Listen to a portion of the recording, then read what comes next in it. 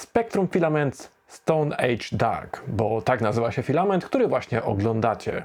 Jest on na swój sposób bardzo wyjątkowy, ponieważ bardzo dobrze imituje kamień. Odcień ma szarawy, raczej taki ciemny niż marmur.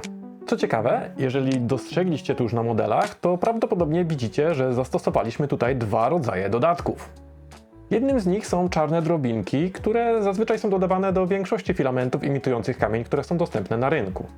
Natomiast Spectrum oferuje jeszcze błyszczące, srebrne drobinki, które nadają temu materiałowi dodatkową głębię wizualną, sprawiając, że jeszcze bardziej przypomina on prawdziwy kamień.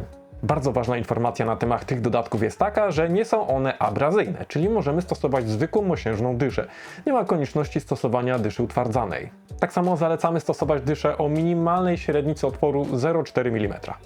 Ilość dodatków w filamencie jest tak duża, że kiedy dotkniemy model rękoma, będziemy czuli, że jest ta powierzchnia dosyć chropowata, a to dodaje jeszcze więcej realizmu. Matowo-satynowe wykończenie świetnie maskuje warstwy. Test wieży temperaturowej pokazał, że pełny matowy efekt uzyskamy przy 190 stopniach Celsjusza na dyszy, a lekko satynowy już przy 215 stopniach. Retrakcja oraz adhezja nie będzie tutaj problemem, tak jak w przypadku wszystkich filamentów Spectrum z linii Premium. Jeżeli odpowiednio dobierzemy model do tego materiału, tak jak na przykład ten kubek na długopisy lub pędzle w kształcie kamienia, to uzyskamy model podobny do prawdziwego i ciężko będzie go odróżnić.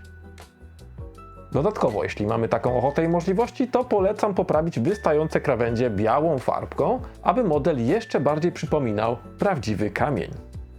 Moim zdaniem ten filament idealnie pasuje do wszystkich figurek, statuetek oraz przedmiotów imitujących kamień. Link do materiału znajdziecie w opisie. Mam nadzieję, że film Wam się podobał i zostawicie subskrypcję, aby nie przegapić żadnego kolejnego filmu. Ja już dziękuję za Waszą uwagę i zapraszam na inne nasze prezentacje.